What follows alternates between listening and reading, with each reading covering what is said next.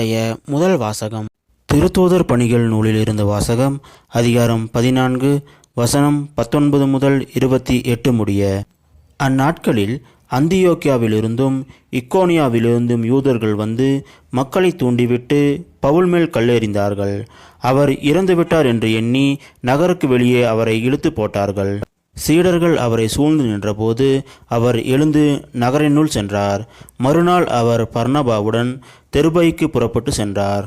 அந்த நகரில் அவர்கள் நற்செய்தி அறிவித்து பலரை சீடராக்கிய பின் லிஸ்திரா, இக்கோனியா, அந்தியோக்கியா ஆகிய நகரங்களுக்கு திரும்பி வந்தார்கள்.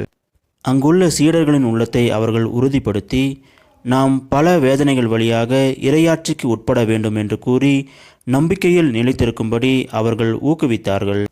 அவர்கள் ஒவ்வொரு திருச்சபையிலும் மூப்பர்களை தேர்ந்தெடுத்து நோன்பிருந்து இறைவனிடம் வேண்டி தாங்கள் நம்பிக்கை கொண்டிருந்த ஆண்டவரிடம் அவர்களை ஒப்படைத்தார்கள். பின்பு பிதிசியா வழியாக பம்பிலியா வந்தார்கள்.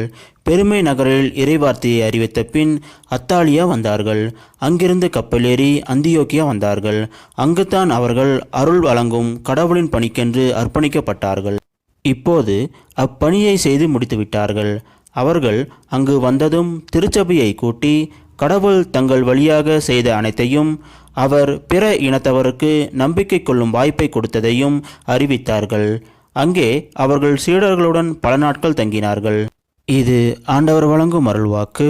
இறைவா உமக்கு நன்றி. இன்றைய நற்செய்தி புனித யோவான் எழுதிய நற்செய்தியிலிருந்து வாசகம், அதிகாரம் 14, வசனம் 27 முதல் 31 முடிய. அக்காலத்தில் இயேசு தம் சீடரை நோக்கி கூறியது, அமைதியை உங்களுக்கு விட்டுச் செல்கிறேன், என் அமைதியையே உங்களுக்கு அளிக்கிறேன். நான் உங்களுக்கு தரும் அமைதி உலகம் தரும் அமைதி போன்றது அல்ல. நீங்கள் உள்ளம் கலங்க வேண்டாம், மருள வேண்டாம். நான் போகிறேன், பின் உங்களிடம் திரும்பி வருவேன் என்று நான் உங்களிடம் சொன்னதை கேட்டீர்களே. நீங்கள் என் மீது அன்பு கொண்டிருந்தால் நான் தந்தையிடம் செல்வது பற்றி மகிழ்ச்சி அடைவீர்கள். ஏனெனில் தந்தை என்னை விட பெரியவர். இவை நிகழும்போது நீங்கள் நம்புமாறு இப்போதே இவை நிகழும் முன்பே சொல்லிவிட்டேன். இனி நான் உங்களோடு மிகுதியாக பேசப்போவதில்லை, ஏனெனில் இவ்வுலகின் தலைவன் வந்து கொண்டிருக்கிறான். அவனுக்கு என்மேல் அதிகாரமில்லை.